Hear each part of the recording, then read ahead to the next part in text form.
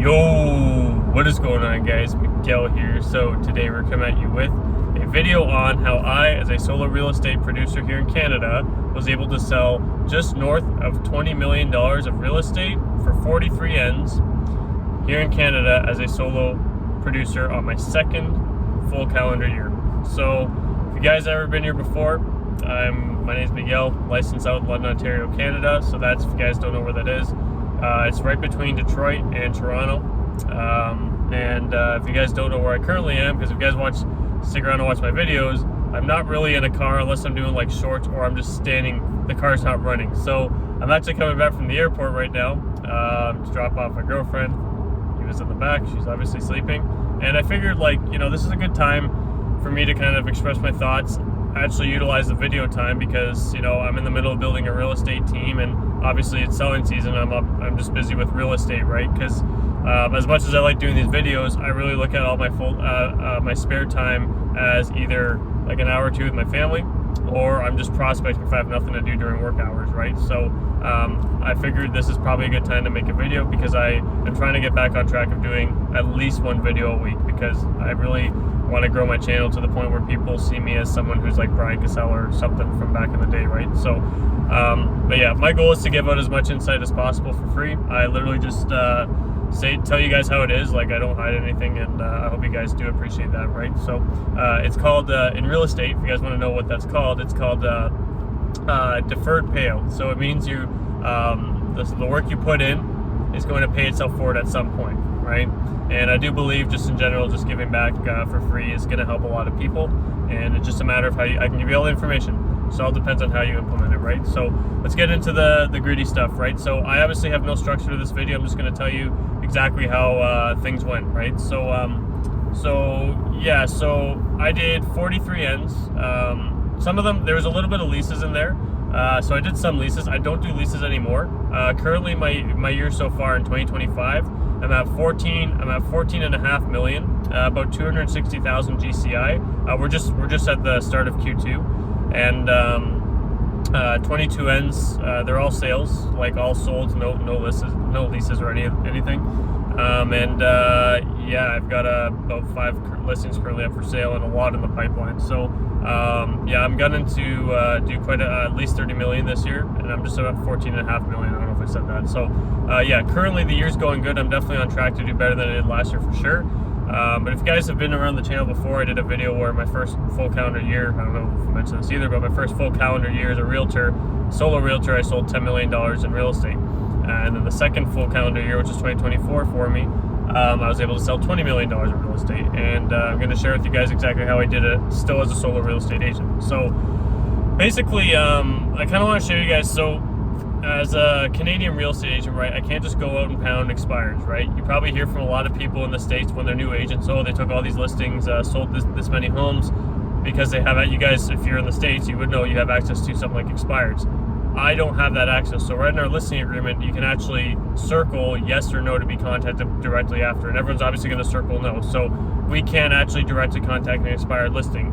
I have found ways to kind of work around it in like a legal sense, right, where it actually is fair. But still, I don't have that immediate access like you guys would on the fact that I could set like 2 listing appointments from prospecting, right? So the way I went about building my business was door knocking, and I still do.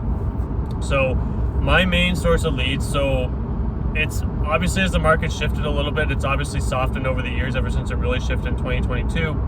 In 2023, I had a decent amount of for rent by owners, right? And for rent by owners, while it wasn't my main source of business, it's always been door knocking. For rent by owners are really good because you can entice them with high saleability and higher price points. And while the price point's still similar, I actually dropped for rent by owners about into Q2, I believe. I just completely dropped doing for rent by owners because I noticed that it was a lot weaker of a lead source, and my conversion wasn't going up as high as it was in 2022 and 2023.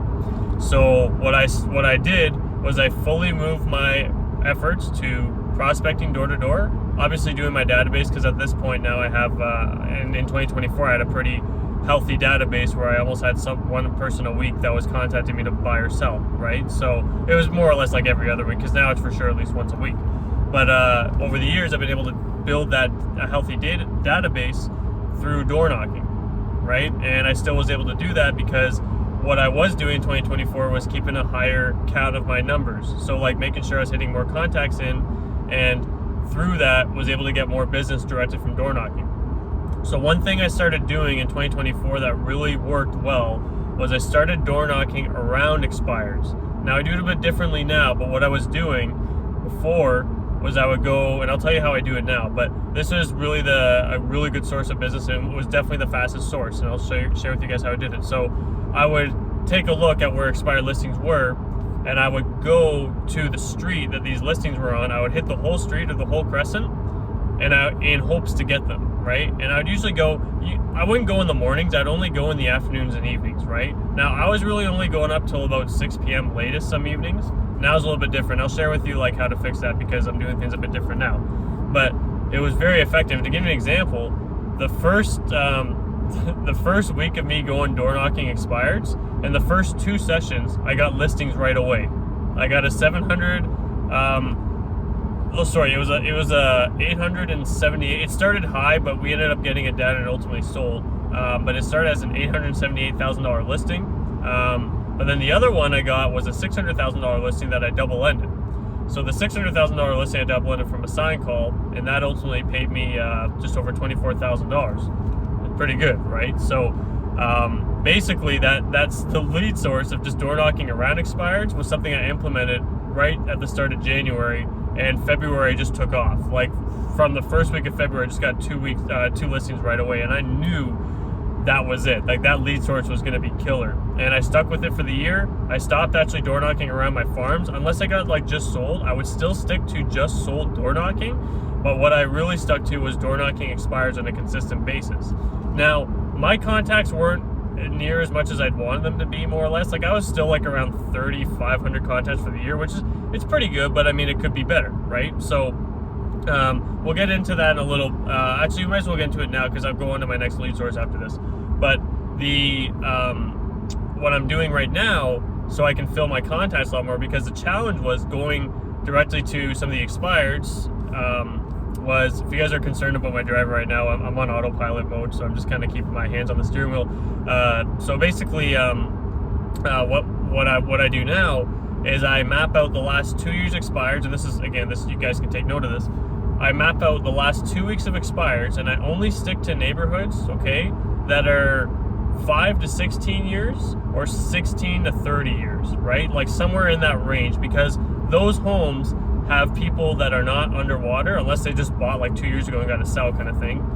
But their mortgage is still going to be healthy, theoretically, and they're going to be in a lot of these shoebox style homes, right? The shoebox style mean those 2 stories that are all cookie cutter, right? People do not stay forever in those homes. So what I do now is and this is how I used to farm, right? When I was farming areas, just going directly to these neighborhoods, that's what I was doing, right?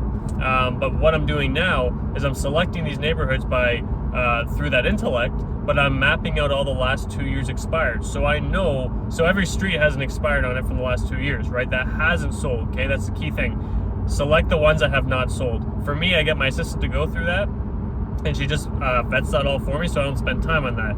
That way I can just go to the area. But I have a map out of where all these expireds are, so I have a mental whereabouts of where they are, and I'm still getting the business around it. Because what happened, going back to 2024, what happened in 2024 was I was getting a lot of business from just around the expireds. In fact, the only $1 million plus sale I've done to this day was from a driveway chat from someone who's around the expireds. This person literally, it was a second door in, right? I was aiming for a street, second door in. This was back in October, I think.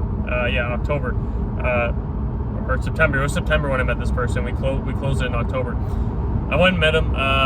They're just coming through from a drive, and they were just coming out of the garage. I got their attention. We had a driveway chat, and they were telling me like, yeah, their agent was trying to find them for something 2 years. And you guys might see the video. It's actually, there's a short on my Instagram about how I did my first $1 million sale. So I'll let you guys go through that and find it. But basically, these people were looking for a while. I walked through their home. I set up an appointment to see them, and the whole idea of remodeling their home, because the layout they weren't a fan of the layout, just wasn't going to work. So I was like, okay, it's probably going to be best if you guys just buy and sell. Fortunately, these people were in a financial position where they could actually buy a home cash and then just sell without having it to sell. Obviously, having the one sell, both of them sell is ideal, but 6 weeks later, I found them something, and boom, it was a $1.5 million cash purchase on a new build. like this is from around, it wasn't even the expired, right? So when I look back and it's still in 2024, when I look back at my business plan, I actually got more business from around, I don't have my exact numbers in front of me, but I got more business from around the expired than the actual expired itself. So don't give up on, so if you guys are just going directed to the expired doors, knock around them, right? Try to hit the whole street or at least 10 homes on that street at minimum, right? So yeah, so that's what I was doing. I was door knocking around expireds January onwards. The other thing I switched up to is I started knocking in the wintertime. So being in Canada, it's not really warm enough to have you really don't have a spring jacket on until it's like April, right? If you guys are in Michigan, you guys would know, or a lot of places in the States probably same thing. But basically what I was doing before in 2023 was I wouldn't go out door knocking. Now, and obviously to this day I still do this, so I'm not going to make a correction, but today or in 2024 I would still go out door knocking, right? But the travel was kind of a benefit because I wouldn't be out for 3 hours straight. I would like go to a street, be out for 30 minutes, go to the next street, and I'd stay warm that way, right? So that was really effective because when you go door knocking in the winter, when someone waves you in, it's game over, man. As long as they're looking to sell. But even then, you still get their contact. But door knock in the winter is very effective because no door-to-door companies or anything are out there, and everyone's going to see you as a very hard worker, and they're going to remember that. Plus, it's going to fill your pipeline because for me, I really don't get much business I have pretty dry seasons between January and February. I really don't get anything until March. Like, just being 100% honest, my year doesn't really start up until then. There's not much I can do about it. But what I do during those times, and what I was doing in 2024, was I was just literally spending all my time just door knocking, finding business. And then at the start of March, boom, like everything just lit. Like it was just gone, right? And the other thing to note about 2024 too is I didn't have any carryovers of like closings from the previous year. Every single sale and closing was done 2024 onward, right? So that was all done in the span of about 11 months. So yeah, but yeah, basically it was a matter. So if you guys want to know the door knocking aspect, I would door knock around the expireds, and what I do now is what I was just telling you, just pick a neighborhood, map out all the last 2 years expireds, go there, and go out in the winter as well. Maximize your time. Don't get, it's too cold. Invest in some thermals, right? Put some thermals on, layer up, get a nice winter jacket that looks nice, and go out there, because I guarantee you people are going to be like, wow, I'm surprised you're actually out here working, right? I don't use gloves, but yeah, anyways, it's a whole different story. I have a video on that too, right? So yeah, so that's how I really maximize my door knocking efforts. And again, door knocking was my number one approach. Database is another thing, and I'll touch on my data. I'll go into database after my next lead generation effort, which is I do ice cream opening events for listings, right? So when I had a new listing, I would still do open houses, but I only did open houses. A big mistake a lot of people do, and I'll just touch on this real quick, guys. So a big mistake a lot of people do when they're doing open houses is they kind of take a committance to the agent because their seller, because they're kind of in fear, like I might lose a listing because this person's, I'm not going to be able to do an open house for them, right? Never let the seller take precedence over where your efforts need to be, right? Because truth is, you don't want to waste your time at an open house that's going to be stale. You want to make sure there's going to be high impact conversations that happen at that open house, right? So basically what I would do was, for new listings only, I would hire a food, and I still do this to this day. Actually, I have them every Saturday, and I'll tell you how I'm going about that right now. But what I would do in 2024 was I would book in a food truck or an ice cream truck for the Saturday opening event. And I would put out 40 signs. So I have directional signs of like me in a food truck, right? And open house signs. I would put 40 signs around the neighborhood, and I would also flyer the neighborhood the day before, the 150 to 100 flyers. And I would tell everybody that I'm giving out free food. And that at least had 10 extra groups every single time. And always guys, it gave me a really good lead, right? One of the last listings I just sold actually was from that event. I double-ended it, right? Unrepresented, it was sold for $6,215, right?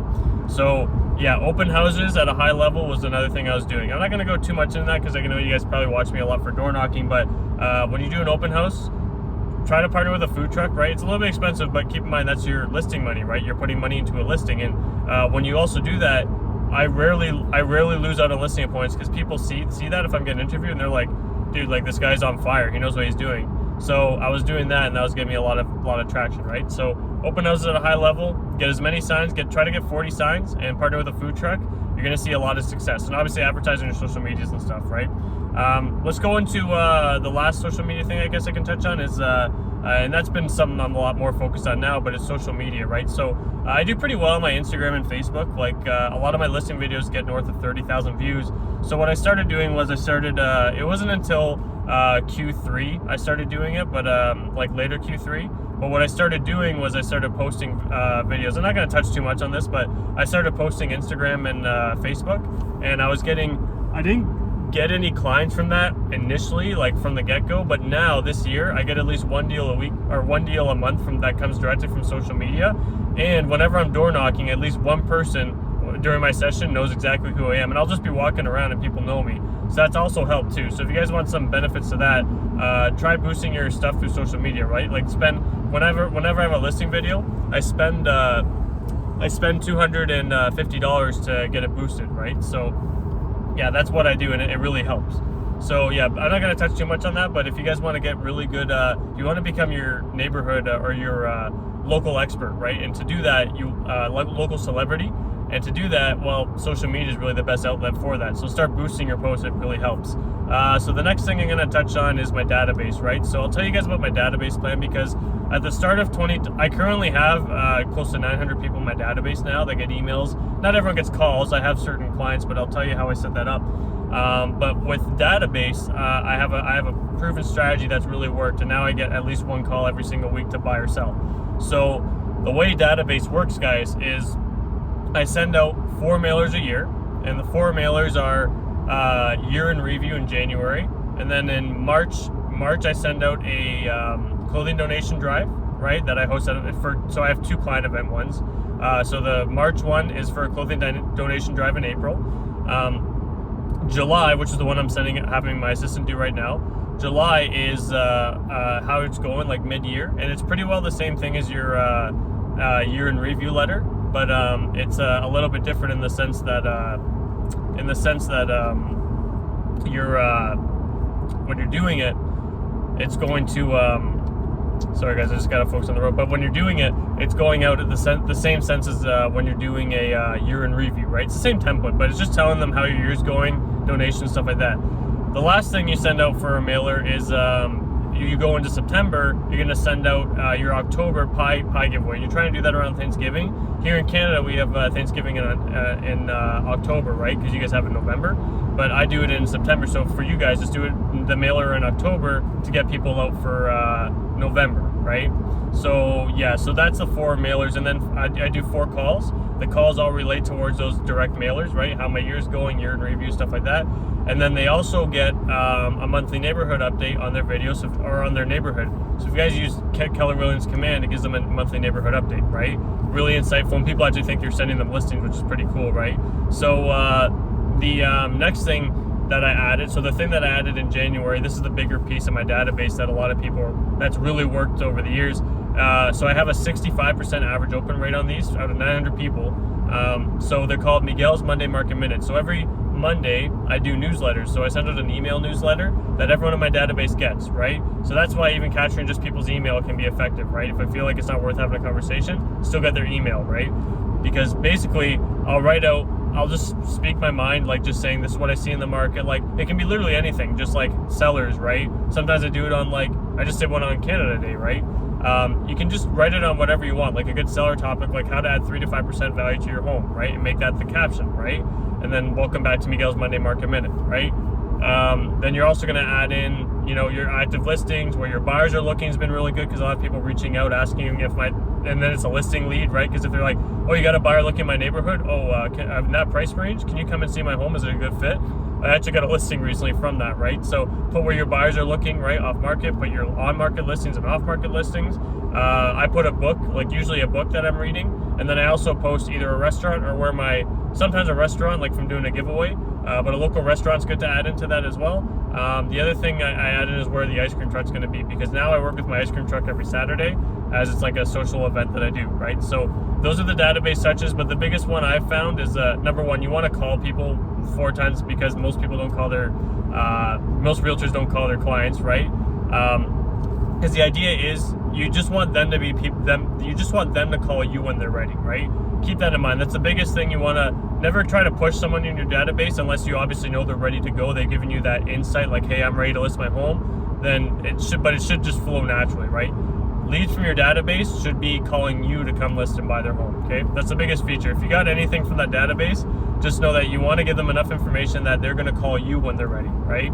It's different than an expired lease, like warm leads, hot leads, stuff like that, right? So that's my database plan. If you're a real estate agent, put that into effect immediately. I'm telling you, it works very well, and I get a call at least once a week to buy or sell, and it's a qualified lead because I hand select when I door knock, right? That's the beauty of door knock, is I can hand select who's going to my database, right? So the last thing I'm going to touch on is, so you guys know the lead sources and how my database plan's been. The last thing I'm going to touch on is, you know, how I got there, right? So how I got to that. So again, you guys know how I got there, right? But I was a solo realtor. So some of the help that I got when I was going through, number one, real estate coach. Okay, so I have a real estate coach. I coach with Glover U. My real estate coach has been excellent because you guys need to hire a coach. If you guys want to go to the next level, you guys need to hire a coach, because my coach literally has a game plan for me every Monday to say, hey, like, where are your holes in your business? What's your contacts like? How many listing appointments, right? So track your numbers and have a coach. The accountability structure and the game plan, no matter who you are, will definitely get you more business. I can guarantee you that. So number one, I had a coach who guided me to the right direction. I still do. I still have a coach every Monday, and it helps, right? Although sometimes I think, oh, I could probably get this done. It all comes down to talking to people. True, but you do not have that plan he always gives you is always going to be super effective, he or she, right? So number one, hire a coach.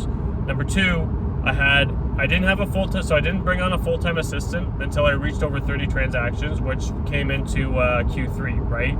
Or end of Q3. So it was like September I started interviewing, but before that, from January onward, even previously, I had a transaction coordinator who I was only having to pay like $200, $300 every 2 weeks, which is a really good investment because she literally would write up all my offers. So the idea was I didn't want to do paperwork. So your guys' goal, so just to know, if you guys want to be really effective and you want to sell a lot of real estate, all you got to do is go on appointments, prospect, lead follow-up, go on appointments, script and role play, and I already said follow-up, right? But basically just the biggest thing is just lead generation, right? And convert your leads.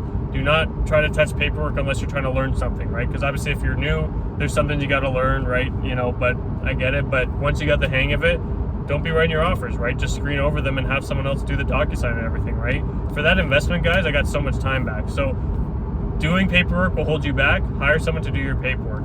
Now I have a full-time assistant. So once I got to 30 units, I hired a full-time assistant. So my assistant does all the paperwork. Now I hire her on a salary, right? So I pay her a decent amount of money, but that comes with a benefit because she even finds me leads because she's licensed, right? So I have my assistant doing things such as trying to find me leads, doing follow-up plans like closing schedules. So her jobs are all put in place to where she's either adding value to my business, she's coming up with a plan for my business, and she's also making sure that clients know what her role is and not mine, right? It's almost like a team structure at that point, right? When you have that set in place, when you have an assistant, and anyone who's really just helping you with paperwork, guys, because not everyone's going to be, who's watching this video is going to be ready for an assistant, right? But everyone is ready for a transaction coordinator. But again, my assistant does the lockbox, everything, like that's another level up. But at minimum, you guys should have a transaction coordinator that you pay bi-weekly. Philippines, you can get them, right? Huge benefit. Do not touch paperwork and you will do very well, right? So, okay guys, so this is already like 23 minutes in. Truthfully, I just literally told you everything I did to sell 43 ends and do over 20 million. Again, my year's going good so far. I'm at 14 and a half, and we just hit it's literally like the beginning of July. I'm at 14 and a half million right now, and just a little bit over actually. Yeah, I hope that helps, and hope you guys stay around, and we'll see you guys in the next one, okay? Peace.